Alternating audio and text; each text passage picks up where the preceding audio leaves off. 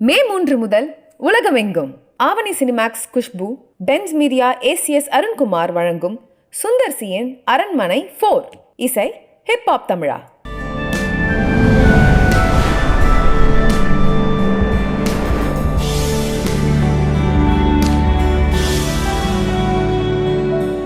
இன்னைக்கு பாரதி ராயனுடைய இயக்கத்தில் உருவான அவருடைய முதல் திரைப்படமான 16 வயதிலே பற்றி சில சுவையான விஷயங்களை உங்களோடு பகிர்ந்து கொள்ள வேண்டும் என்று நான் விரும்புகிறேன். அந்த படத்தில் கதாநாயகர் நடித்து மிகப்பெரிய அளவில் பெயர் பெற்றவர் ஸ்ரீதேவி அப்படின்னு உங்கள் எல்லாருக்கும் நல்லா தெரியும். ஆனால் முதல்ல அந்த படத்தில் கதாநாயகர் நடிக்கின்ற வாய்ப்பு யாருக்கு தெரியுமா கிடைச்சது? ரோஜா ரமணி என்ற நடிகைக்குத்தான் கிடைத்தது.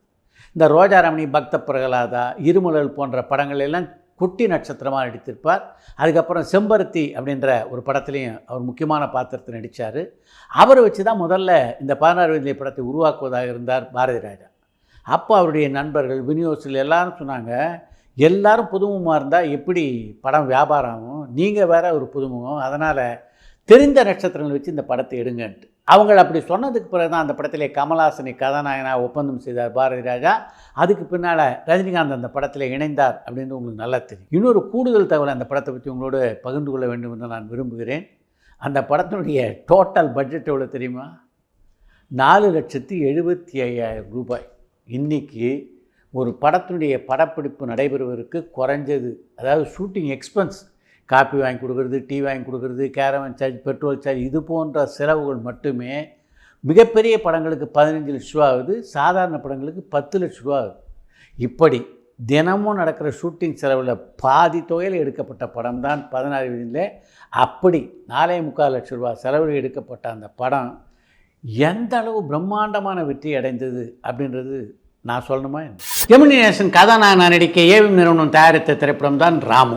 அந்த திரைப்படம் தமிழில் மிகப்பெரிய வெற்றி படமாக அமைந்ததை தொடர்ந்து அந்த படத்தை தெலுங்கிலே தயாரிப்பது என்று ஏவிஎம் நிறுவனத்தினர் முடிவு செய்தனர். அந்த படத்தினுடைய தெலுங்கு பதிப்பிலே அப்போது ஆந்திராவிலே முன்னணி நடிகராக இருந்த என் டி ராமாராவை ஒப்பந்தம் செய்ய முடிவெடுத்த ஏவிஎம் சகோதரர்கள், சம்பளம் மற்ற விஷயங்கள் எல்லாம் பேசுவதற்கு உங்களை சந்திக்க வர வேண்டும், எத்தனை மணிக்கு வரலாம் என்று என் டி ராமாராவிடம் கேட்டபோது, காலை 4:30 மணிக்கு வாருங்கள் என்றார் என் டி ராமாராவ். என்ன இது கொஞ்சம் வித்தியாசமாக இருக்க, காலை 4:30 மணிக்கு வர சொல்கிறாரே என்ற எண்ணத்தோடு ஏவிஎம் சகோதரர்கள் காலை 4:30 மணிக்கு அவரை சந்திக்க சென்றார்கள்.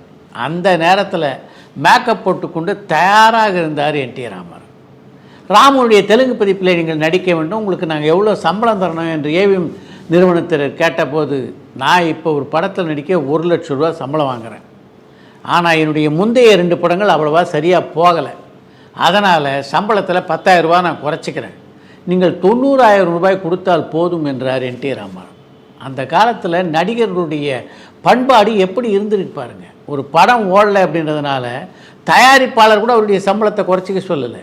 அந்த நடிகராகவே என்னுடைய சம்பளத்தை குறைச்சி கொடுங்க, 10,000 ரூபா குறைச்சிட்டு கொடுத்தீங்கன்னா போதும் என்று அந்த தயாரிப்பாளரிடம் சொல்லியிருக்கிறார். ஆனால் இன்றைய சூழ்நிலை எப்படி இருக்குன்னா, படம் வெற்றி பெற்றால் நடிகர்கள் 25% அவங்களுடைய சம்பளத்தை உயர்த்துகிறார்கள், அதே படம் தோல்வி அடைந்தால் 50% தங்களுடைய சம்பளத்தை உயர்த்துகிறார்கள். அதுதான் இன்றைய சூழ்நிலையாக இருக்கிறது. கண்ணை திறந்துட்டு கணத்தில் குதிக்கலாமா அப்படின்னு சாதாரணமாக பெரியவங்க கேட்பாங்க. இந்த சினிமா உலகத்தில் அப்படி பலமுறை கண்ணை திறந்துக்கிட்டு நான் கணத்தில் குதிச்சிருக்கேன். அப்படிப்பட்ட சூழ்நிலையை சந்திக்க வேண்டிய ஒரு நிலை எனக்கு ஏற்பட்டிருக்கிறது என்று ஒரு பத்திரிகை பேட்டியிலே குறிப்பிட்டிருக்கிறார் குகநாதன். குகநாதனை கதாசிரியராக அறிமுகப்படுத்திய நிறுவனம் ஜேஆர் மூவிஸ். அந்த பட நிறுவனமும் ஏவிஎம்மும் இணைந்து ஒரு படத்தை உருவாக்குவது என்று முடிவெடுத்தார்கள். அப்போ ஆலிவர் ட்விஸ்ட் அப்படின்ற ஒரு ஆங்கில படம் பம்பாயிலே ஓடிக்கொண்டிருந்தது. அந்த படத்தை பார்த்துவிட்டு சென்னைக்கு வந்த குகநாதன் அந்த படத்தை தமிழில் தயாரித்தா நிச்சயமாக வெற்றி பெறும் என்று ஏவி மெய்யப்ப செட்டியாரிடம் கூறினார். அந்த காலகட்டத்தில் பம்பாயில் சந்தா ஒரு பிஜிலி அப்படின்ற ஒரு திரைப்படம் வழியாக ஓடிக்கொண்டிருந்தது. அந்த படத்தை ஏவி மெய்யப்ப செட்டியார் பார்த்தார், அது அவருக்கு ரொம்ப பிடிச்சிருந்தது. அதனால் ஆலிவர் ட்விஸ்ட் வேணாம், சந்தா ஒரு பிஜிலியை இப்போ தமிழில் படமாக்குவோம் என்றார் ஏவி மெய்யப்ப செட்டியார். அந்த படத்தை குகநாதன் பார்த்தார். அவருக்கு அந்த படம் சுத்தமாக பிடிக்கல. தனக்கு பிடிக்காத படத்தை செட்டியார் சொல்கிறாருன்னு எழுதுறதை விட அவர்கிட்ட இந்த கருத்தை சொல்லிவிடுவோன்ட்டு அந்த படத்தை பார்த்தேன். எனக்கு என்னவோ அந்த படம் தமிழில் வெற்றி பெறும்னு தோணலை, ஆனால் அதே சமயத்தில் ஆலிவர் ட்விஸ்ட்டை தமிழ் எடுத்தால் நிச்சயமாக வெற்றி பெறும் என்றார் குகநாதன். உனக்கு என்னப்பா தெரியும், இந்த படம் மிகப்பெரிய வெற்றி பெறும், அதனால் இந்த படத்துக்கு நீ வசனம் எழுதுறியா இல்லையா அதை சொல்லி எனக்கு என்றார் செட்டியார். சரின்னு அந்த படத்துக்காக திரைக்கதை வசனம் எழுத ஒப்புக்கொண்டார்.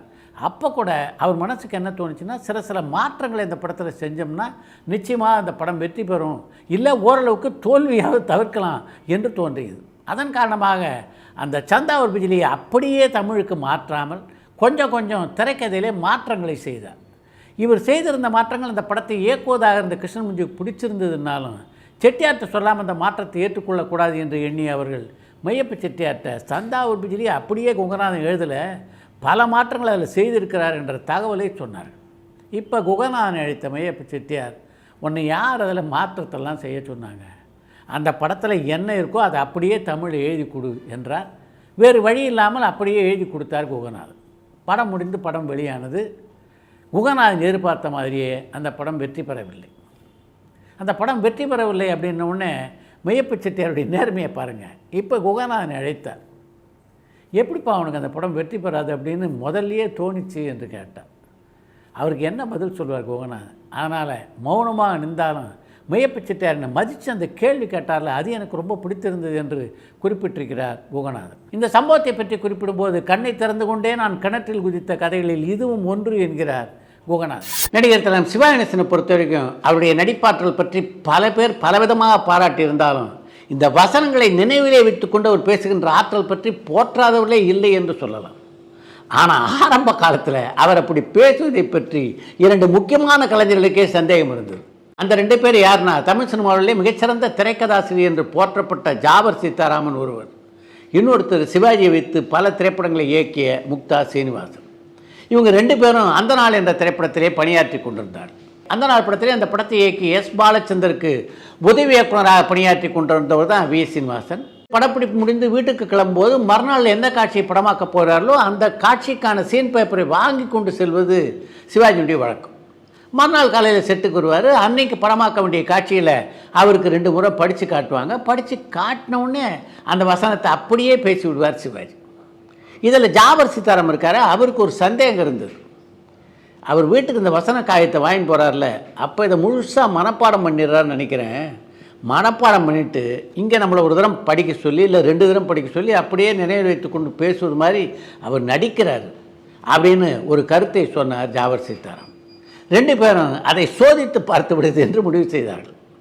மறுநாள் படப்பிடிப்புக்கு சிவாஜி வந்தபோது, இன்றைக்கி நாங்கள் உங்களுக்கு எந்த காட்சியை படமாக்கணும்னு சொல்லியிருந்தோமோ அந்த காட்சியை முதல்ல படமாக்க போகிறதில்ல, அதுக்கான நடிகர்லாம் வரல, அதனால் வேறு காட்சியை படமாக்க இருக்கோம், அந்த காட்சிக்கான வசனத்தை படித்து காட்டட்டுமா என்று முக்தா சீனிவாசன் கேட்க, படி அப்படின்னார் சிவாஜி. இப்போ அந்த வசனத்தை 2 முறை படித்து காட்டினார் முக்தா சீனிவாசன். படித்து காட்டினோடனே தயார், படப்பிடிப்பு போகலாம் என்றார் சிவாஜி. அடுத்து படப்பிடிப்புக்கு சிவாஜி தயாரானார். படப்பிடிப்பு நடத்தப்பட்டது. இந்த 2 பேரும் ஆச்சரியப்படுகின்ற அளவிலே அந்த வசனத்தை ஒரு வரி ஒரு சொல் மாறாமல் பேசினார் சிவாஜி. ஜாவர் சீதாராம் முக்தா சீனிவாசன் 2 பேரும் அதை பார்த்து பிரமித்து போனது மட்டும் இல்லாமல், இப்படிப்பட்ட மாபெரும் கலைஞனை போய் சந்தேகப்பட்டு விட்டோமே என்று வெக்கப்பட்டார்களாம். சிவாஜி எப்படிப்பட்ட ஒரு மாபெரும் கலைஞர் என்பது எல்லோரும் அறிந்த ஒரு விஷயம். அவரையே அந்த காலத்திலே சோதித்து பார்த்திருக்கிறார் என்பது தான் நாம் அறியாத ஒரு விஷயம்.